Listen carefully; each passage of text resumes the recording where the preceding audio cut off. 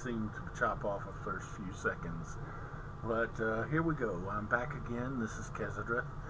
I'm going to be talking today, thanks to a question asked in my last stream by Zero's Theory.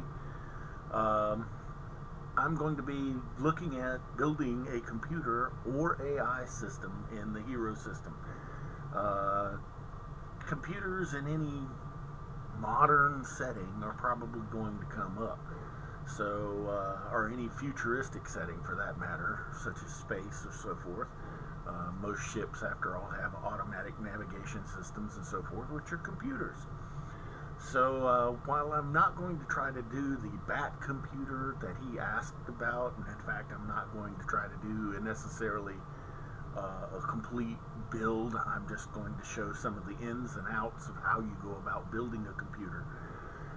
For those of you who may be new to the stream, I will also go ahead and say this is not a game stream. My game streams would be quite boring, to be honest, because I don't have pretty maps to lay down in front of people. Most of my stuff is sketches, if that. I rely a lot on people's imagination, so this is not a game stream. I have no plans on it becoming one. I'm sorry for that. This is mainly me touting the advantages and greatness of the Hero System role-playing game, and showing some of the ins and outs of how to use it and work with it. With that in mind, let's get right into building a computer. Once again, I'm using the Hero Designer 6 software for the Hero System game. If you are going to try to play with the RPG, I cannot recommend that software enough. The system is rather crunchy, a lot of math, and this software takes care of most of that for you. So again, I will recommend it as well if you're going to get into this system. So the first step is to come here to New Character. I use 5th edition rules, so we come here, if I can keep my cursor straight, and we drop down to Computer. So normally you would name your computer and all of that sort of stuff, like you would any other character. In fact, almost every type of thing you build in this system can be summed up as you build a character. Equipment and pieces of equipment even start out with a very similar process. So with a computer, you would normally have purchased a base number of points with your own character points, and you get essentially, let's see, what is it? 5 character points to build your computer with, or your follower, or your base, for every 1 character point of yours that you spend. So to keep things where I don't get a lot of warnings, I'm going to head and boost this to 200 character points and assume we spent, let's see, 200, we've spent, what is it, 200 divided by 5, 40 character points on our own character to build this computer. So with that in mind, we're going to start there. And here's the first big change between a normal character and a computer. A computer only has 3 characteristics, 3 stats. 2 base stats of Dex and Intelligence, and 1 figured characteristics, which is Speed, which does start out as a base 2, given that it is calculated by the Dex divided by 10 plus 1. So since your Dex starts out at 10 on your computer, its speed starts out at 2. 10 divided by 10 is 1, plus 1 is 2. That said, why does a computer have Dex? Well, in game terms, a computer, like any other character, has to be able to have an action, to be able to do anything. So with that in mind, a computer is going to have Dex. This is incredibly important if you have a computer that's piloting a transportation means of some sort, spaceship, car, whatever, because the Dex is the computer's nimbleness.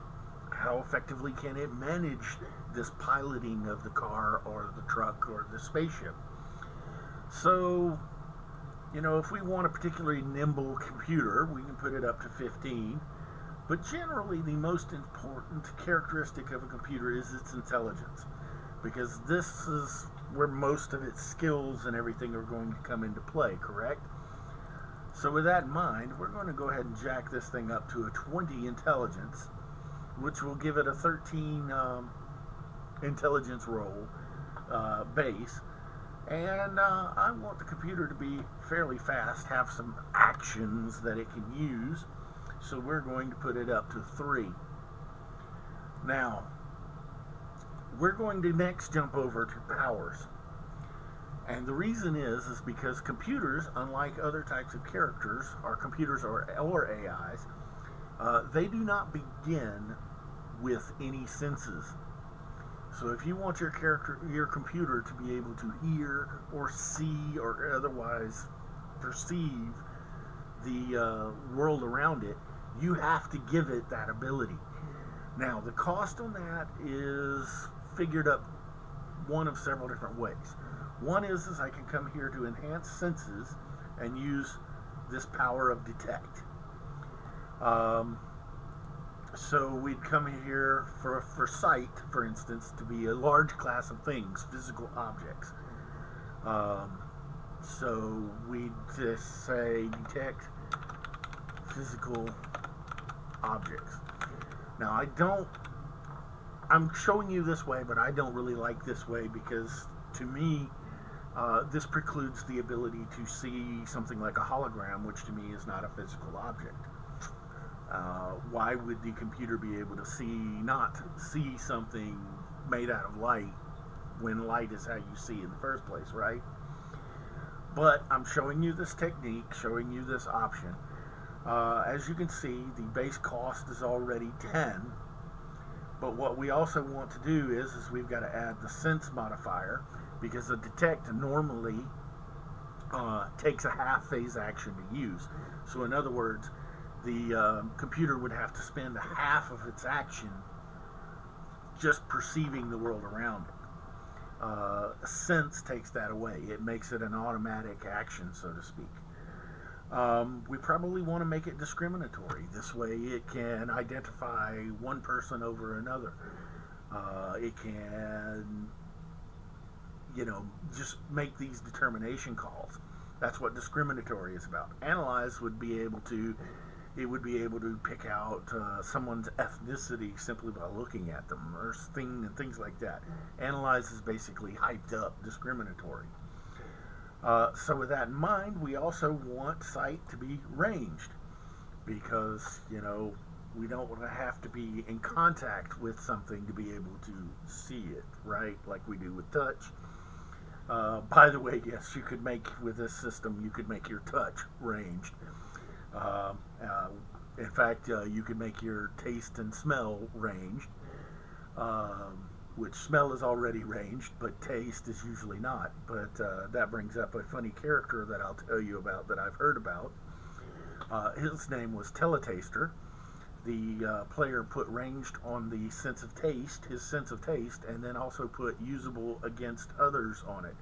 In other words, he could make a tact roll and give another person ranged taste, so that he could then make you taste the inside of that passing garbage truck. Yeah. Tasty, right? Anyway, getting back to making sight, we probably also want to make it targeting. Targeting allows you to point and differentiate and say, I know exactly where you are. So sight is the only normally targeting sense that people have, the average everyday person has. So it makes sense to me for a computer that has sight through cameras or what have you to be able to target as well. And as we can see, to give this computer sight this way, we now have spent 32 points. We could take off the discriminatory and it still is 27. But generally speaking, discriminatory is part and parcel of sight. So we kind of want it. So 32 points just to be able to have this computer see its environment. Um, so that's how you would do that. The other way you could do it is take into consideration the disadvantage, physical limitation. What would blindness get a character as a disadvantage? And the answer is that being blind is basically an all the time thing, and it is fully impairing. I mean, you can't see, you're pretty limited, right? So, with that in mind, this is a 25-point disadvantage, and so you can take that as the base cost of putting sight, I meant to delete it, on a character. So we can come back here to powers, delete our little 32-point construction, and my preferred way is to come here to custom power and call it sight. It does not use endurance. It is not necessarily visible, although you can see, that there are eyes or something. With a computer, that's not necessarily the case. You might not be able to see the eyes and so forth. It's self only. It's not instant. It's a constant thing, and it is self only on the target, and it is a sensory power. And so, oops. And so we now set the cost at the same level as you would get if you were a sighted individual and you were getting points as a disadvantage for being not sighted. And so this is the reason I like doing it this way is it gives you a break on the cost over trying to assemble sight through a detect. Some GMs are going to prefer it the other way. Um, I prefer it this way because to me it makes more sense. So how would we do hearing? Kind of the same way, because of course, you can always see in science fiction and other places, you can talk to your computer. Well, you could talk to a computer without hearing all day, so you have to give it hearing, and a lot of the stuff is the same, but hearing is not targeting, it is not worth as many points as a disadvantage, it's only worth 20, generally speaking. So, bam, we've now given this computer sight and hearing, um, which allows it to interact with the environment a little better. So now we come over here and we start giving it some skills. And yes, you can give a computer any kind of skill that you can imagine that you can give to any other character build. So what good would it be giving a computer acrobatics? Well, this could be represent a computer that is a good instructor, has a good repertoire of acrobatic maneuvers, and could therefore display it and start training someone in acrobatics. And the bottom line is this gives an option of allowing you to train up your own skills on your real character. So keep that in mind. It also allows, if you give the computer a body it can inhabit, an automaton, which we'll get to in another video, it could perform acrobatic maneuvers now because it knows how to do acrobatics. So keep in mind that as ridiculous as it may seem for a computer to be able to do certain things, it can add justification for later skill builds, skill additions for another character, or can actually be used by the computer if you give it some sort of physical manifestation, some sort of physical body that it can actually be maneuvering. That said, let's sit here and say that this is a combat computer like the Bat computer, so it can analyze the combat maneuvers. So we'll give it this skill, we'll call it tactical analysis. And so it's able to analyze and break down how someone fights, how someone goes about attacking or anything. This could be useful for, again, the Starship computer. It would be able to analyze how while another ship is attacking, and therefore gain an advantage against them. So keep that in mind. It can also be given combat piloting or driving or combat skill levels, so it's better at fighting back. Let's see, but let's give this one the tactical analysis. Let's give this one some bugging. It's able to go out and hear. We would need to do clairsentience power, and so let's go ahead and give it that ability. It even popped up with great, so listening devices, and let's give it 3 of those. And let's see.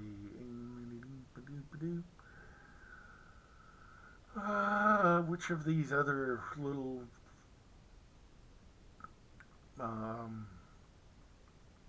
enhancers do we need? We're going to give it ×2 range a couple of 3 times.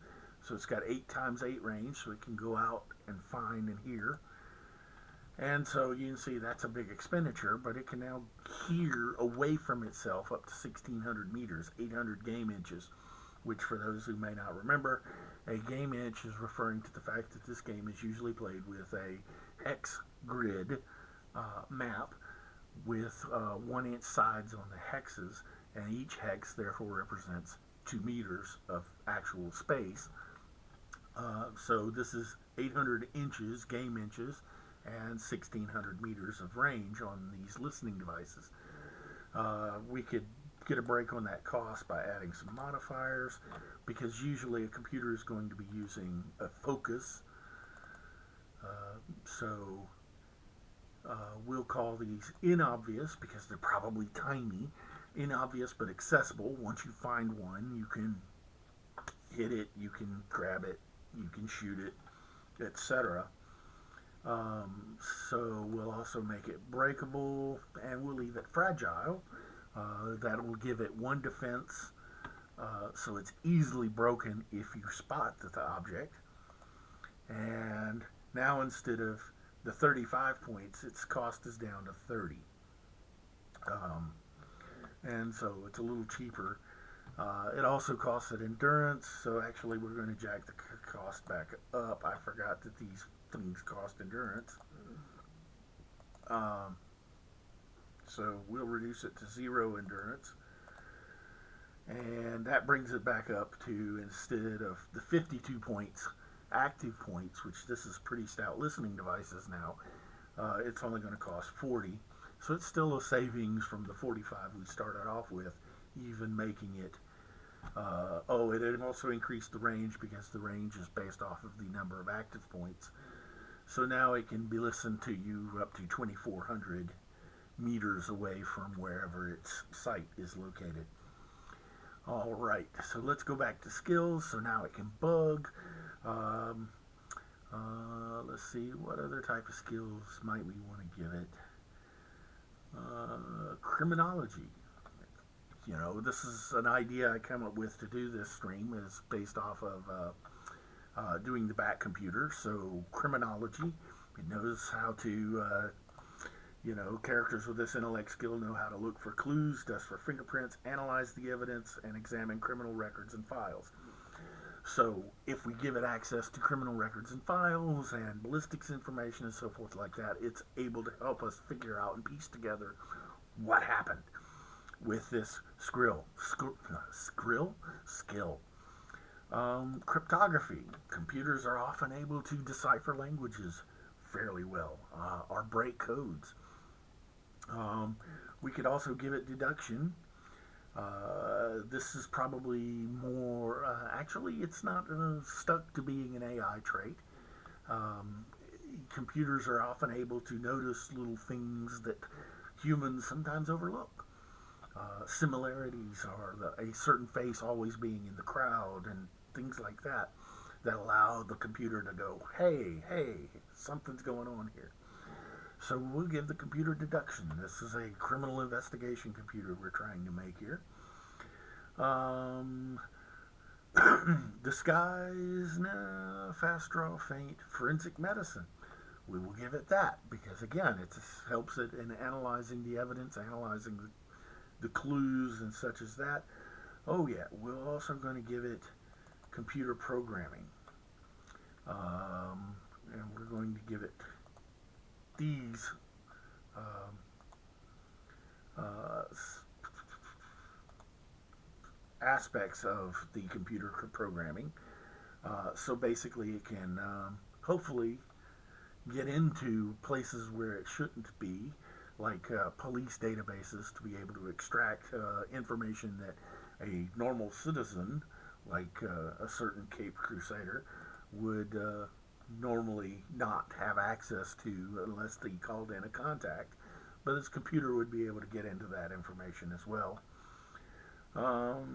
Let's see. Forgery. We'll actually give it forgery.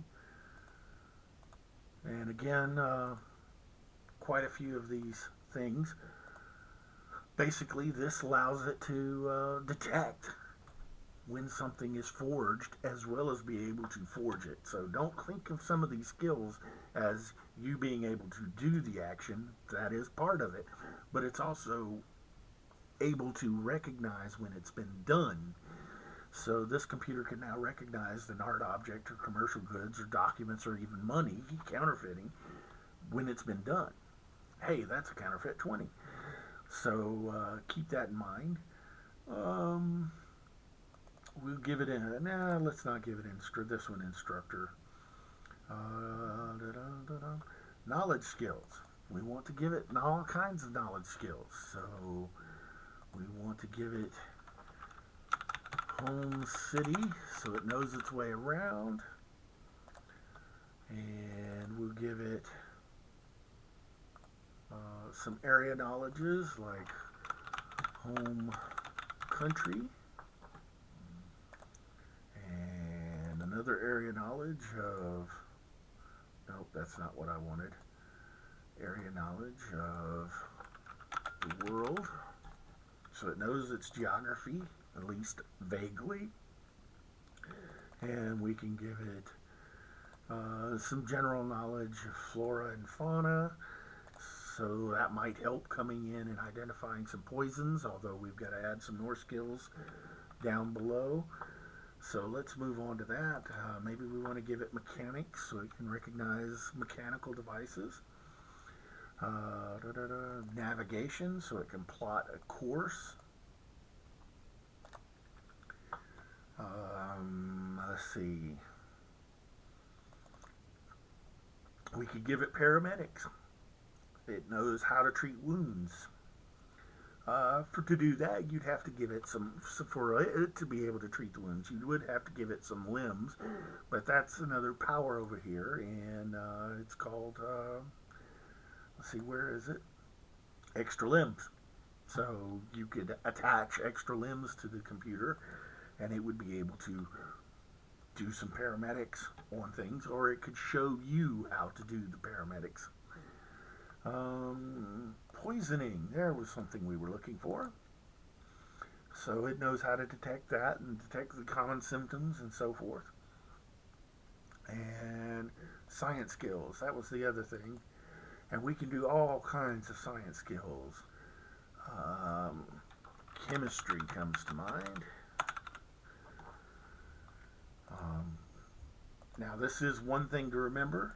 There are certain skill modifiers, enhancers they're called, while I'm giving it all these nice science skills.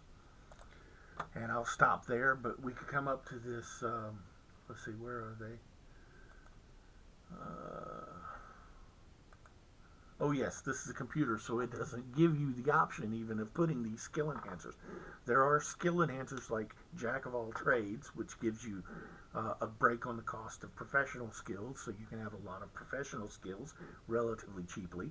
There's also a science scholar, which gives you a break on knowledge skills, so that you can have a lot of knowledge skills. Well traveled, so that you can have a lot of area knowledges and city knowledges. And there's just a few of these skill enhancers that basically give you a break on being able to buy these other skills. There's also a scientist, which give you a break on these science skills. Computers can't have that. All right, and because we gave it this analysis, the tactical analysis skill above, we probably also want it to have tactics. Kind of hard to say you can recognize tactics when you aren't yourself aware of tactics, correct? So there we go. We've built the basic skills we want our computer to have. Now, uh, we can also get access. We can already have it with, say, access to, well, let's define it and make sure we're talking about the right thing. A character with this perk has access to heavily secured areas or buildings or restricted enemy entrances, passageways, security passages, stolen, and forts. So, no, this is talking about physical access to things. Computer link, maybe that's it. A character with this perk has access to a heavily restricted database such as governments and corporations. So let's go ahead and give it a computer link to police data, city police database. So bottom line, it now has a link already. It doesn't have to do a hacking or computer programming role to get into a particular base, the city police database. It would still have to do so for an international or a national database or the FBI database or something like that. But I'm going to move on to an important aspect of both computers and AIs, and we'll get more because I'm about at the end of the computer discussion here, and that is programs. Programs are cost you 1 point, but they are what allow you to use a computer without having to make a computer programming role. In the parlance of real world computer science, programs are what make the computer user friendly. Without a program, you have to make a computer programming to get a computer to do or work for you to do anything. All right? So, programs can be anything such as let's do a facial recognition program. So if you feed it the data of various people, it will be actually able to compare them and contrast them and be able to spit out, hey, this person has been here all these times. Um, um, ballistics analysis. And so now if you feed it ballistics data, it will be able to, without you having to do a computer programming role, be able to go through the ballistics data and analyze it, and so forth and so on. You may come up with any number of programs, any type of systems analysis that you want to do, and now that computer can do this just by asking it to instead of having to make a computer programming role. So programs are important parts of things. They're fairly cheap. Uh, they can be such things for our spaceship and car automobile examples. They can be drive from point A to point B is a program. Um, so, otherwise you get in and say drive, and the computer will sit there and say, please specify location, and you have to program it at all. So, you know, you need programs to make these computers work, and that is one thing to make sure you have. Um, for spaceships, you also probably want it to have an FTL pilot. If it's one A capable of going faster than light, like the Millennium Falcon or something. So you can autopilot, but you get the idea. Another program for our particular computer we're doing right here would be tactics analysis. And now you don't have to make a programming role to get it to do all that tactical analysis. It can do it on its own just by activating the program. And what would that do? Basically, as a GM, I would allow it to start giving bonuses, +1, +2, so forth, to attack rolls or defense rolls against the target that you successfully analyzed. And what this would do is the program would then access the school skills, tactical analysis, and tactics to start being able to hopefully succeed at those skill roles when you activate that program. And that's what then gives you the bonus because they're complementary skill roles to your own attacks and so forth. Okay, so that's computers. So let's close this out because I'm pretty much done with that. And let's look at AI because if you notice, it was different. And so again, let's go ahead and jack in some points. And here's the big difference. An AI, being an artificial intelligence computer, has one more stat, and that is ego. So it is self willed to an extent. It still needs programs, it still needs all the access to all the skills that you gave it, that you want it to be able to use.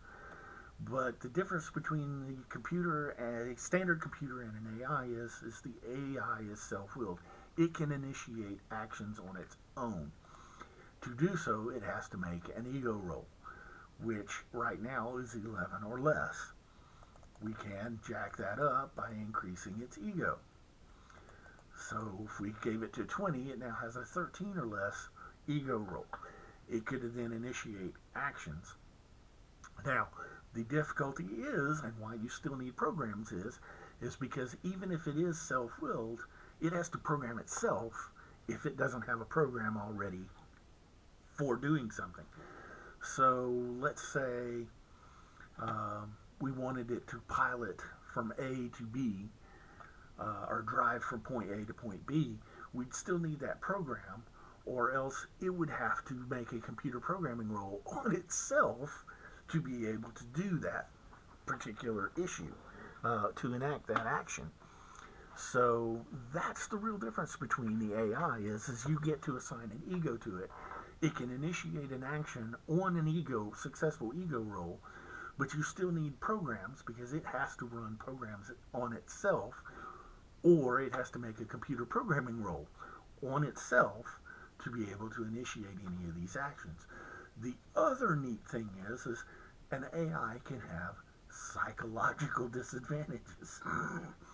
So we've all heard and read stories or seen movies about the reluctant AI. It's given a self-preservation instinct, and so it gets into combat and decides to run away, and it initiates on its own initiative a flight, a get the heck out of here program, right? So these are the differences between AI and the computer. Otherwise, it's the same thing. We still have programs here under talents. We still have the same access list of skills. We would still have to build any senses we want it to have into it. We would still have to build it in a body as an automaton or something like that. These are still necessary things. And seeing as how I have a little bit of time, I usually let these run for about an hour. Let's go ahead and actually look at automatons because I've kind of already been over the build of the AI in doing the computer. They are the same exact thing, just the AI has the ego so that it can potentially initiate its own actions. But what about an automaton? How is it different and what is it? So bam, let's build an automaton. And again, because I don't like the warnings flashing up, let's give some points so we got some leeway here. And the first thing you notice is an automaton is built with all of the same characteristics, except it has no ego. Bottom line, an automaton is just that. It is not self-willed. It must be directed. It does have all of the senses that a normal character would have. So it has sight, it has hearing, taste, touch, unless you give it disadvantages to not have that.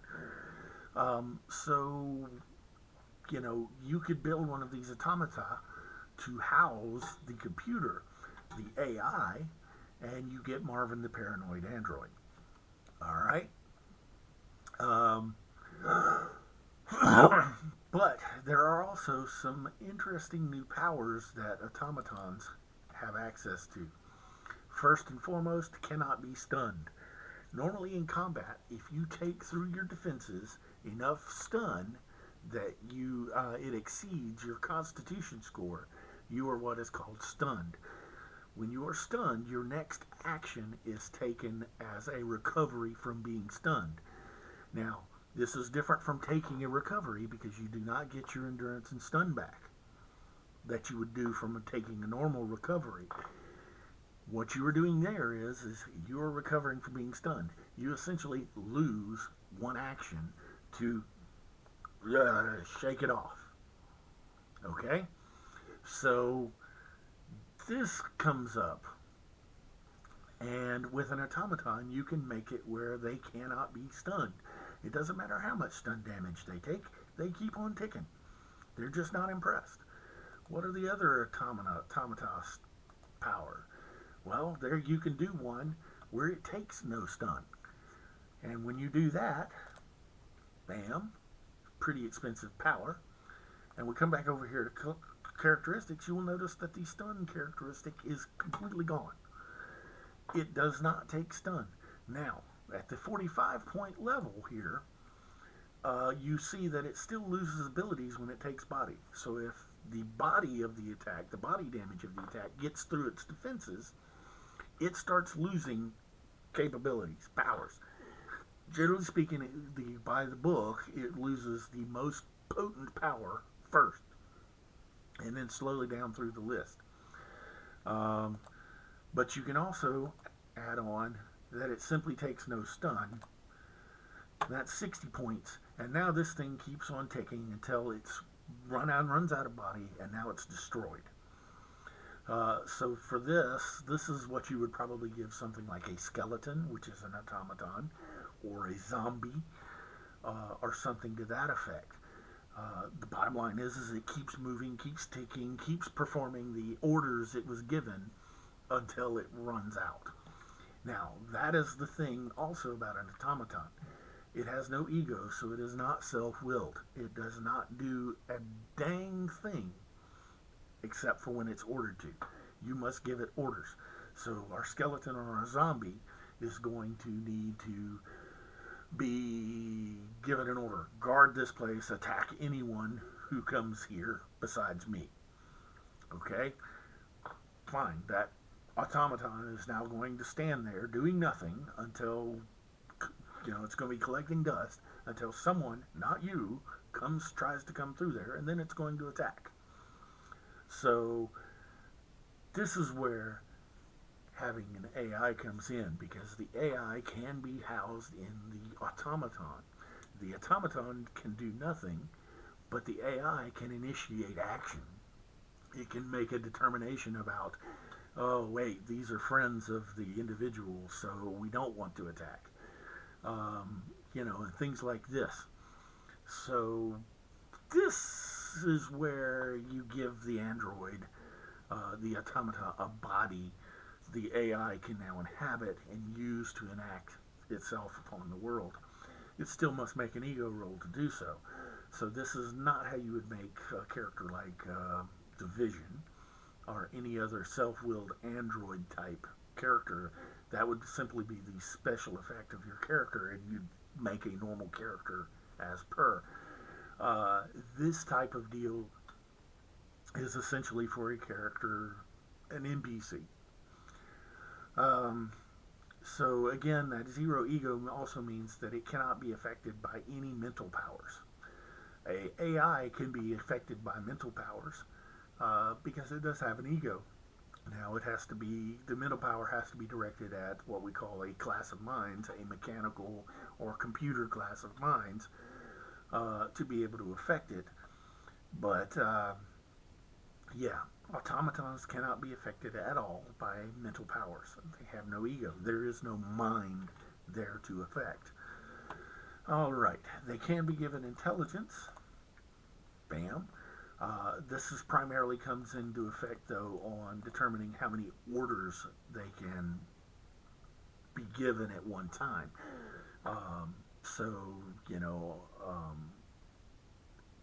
our skeleton may only have a 5 intelligence or so, and that would mean it could only follow one order at a time. With a 10 intelligence, it could follow 2 orders at a time. So, you know, it could take into account guard this place, attack anyone but me who comes in here. That'd be one order. And keep the place tidy, clean up, and that would be 2 orders. And so it would move around, cleaning things up and tidying, uh, waiting for someone, not the owner, not the order giver, to come in, and then it would stop doing the tidying and would come in and attack them. So this is Automata. Um, and I don't really know what much more to be said there. Oh, yes. One thing to point out, when you give this power of takes no stun, we can notice one thing. Normally, a point of PD or ED costs 1 point. But if you notice, the cost now to raise it by 1 was 3 points. Okay? The bottom line is this is much more potent now. It's not having to worry about getting rid of stun. You're just worried about body damage. So each point of PD or ED is now much more powerful. So instead of 1 point per point of PD or ED, it now costs 3 points. Notice also that it is still not resistant. So if you wanted it to deflect killing attacks at all, you would still have to come in here and buy the power damage resistance, um, and it's jacked up cost. Uh, all because you wanted this thing where it takes no stun. Granted, there are times where it's perfectly understandable that the automata would not take stun. Um, what would in fact be a case where it does take stun? Well, a robot might have battery fluid that it could leak. If it takes damage in a certain way, it starts leaking battery fluid and loses endurance quickly. Or something along those lines. So it could still play a role that it takes stun damage in that it can be KO'd and dropped out of action without necessarily having to destroy it. So that comes into play. So, these things are really getting into, they're just character builds. It really is just a matter of, um, which stats they have and which powers they have access to. Um, because again, a computer, just dex, intelligence, and speed. And the AI, oops, the AI just adds ego because it can initiate its own programs. So pretty much from there, it's building a character. The system is neat about that. It tries to make things as much about building a character as it possibly can. Now, I will go ahead and show this one last thing. Where do the points for building these things come from? So let's say we're building a standard superhero, which would be 200 base, 150 disadvantages, and we come over here to perks. And you see we have vehicles and bases, so we could use that to build there, but probably with a computer or AI or automaton, we're building a follower. And if we wanted the follower to have, say, 100 base points and 100 points of disadvantages for a total of 200 points that we could build this with, and you see right off the bat, it cost us 20 active points and 20 points. Well, for a computer, we probably could give it a focus limitation, probably an OAF, and its mobility is probably bulky. It takes a lot. It's not easily pick up mobile unless it's like a laptop. And so we really spend 8 points, but we get a 100 base point, 100 points of disadvantages. And if you notice, the disadvantages did not cause this to increase. Oh, so I'll just slap as much disadvantages on there. Well, that's where the GM should be watching for things. And also, you got to remember, disadvantages put some limits on it. Also note that, like a computer, because it has no ego stat, cannot have psychological limitations. So you're kind of limited in some things that you can put on as disadvantages for these characters, these creations. But this is how you get points to build a computer, is you come in and build by a follower at 5 character points per each character point you spend on the computer. Quite often, you actually have built it as a base, which is the same thing. Let's say I want a 150 point base with another 100 points of disadvantages. Now this you can't, I would say you can't take the focus limitation on it because it's a base. Of course it's a focus. You know, that's not a limiting factor. It's right there, it's a base. And I would probably do bases and vehicles on the next stream. So that said, vehicles and bases, you still are talking about 150 base points with 100 points of disadvantages that you can play with. A base can have disadvantages, absolutely. It can have distinctive features. You know, if you remember the old Saturday morning cartoon with the Legion of Doom and their nice little base that rose up out of the swamp, right? It's kind of distinctive. So a base can have distinctive features, making it easier to spot, easier to identify. Oh, hey, that's a base. I wonder who actually is there. So, you know, like I said, though, more on that later. But this is where you get the points, because then the vehicle or the base can buy a follower of the computer. Now, that kind of gets a little cheesy in that you're getting points for the points. So I would probably make you buy both the follower and the base just like I'd make you buy followers for personnel that man the base. So these things can get rather expensive, and why a lot of GMs, especially in team settings, team adventures where you've got a group of superheroes, require every super to contribute 5 points to the team's base, or to the team's followers, you know, or vehicles, and things like that. So that's computers, that's AI.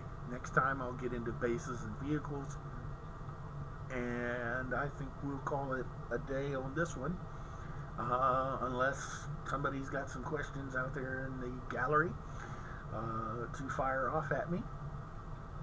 And I'll wait a minute, because I do see we have at least one viewer. I can't see who you are, but thank you for tuning in just the same. Give you a few more seconds to probably type in any questions or anything, and then we'll close this one out. You know, we're getting down to the point where, you know, we're going over the same steps over and over and over again in building these characters and these write-ups. So I'll start closing some things out. And bam, bam, bam. And we're back to base Hero Designer 6 with no open characters. Alright, I'm going to call it a day. I hope you got something out of this. If you have any questions, by all means, go to the YouTube channel where I am Kezadrith on YouTube as well. And in the comments section, give me a shout out or a comment. And I'll try to answer your question as well as I can. Hopefully this was understandable and intelligible, and gave you some insight into how you do these things. And we'll talk to you later. Everyone have a great day.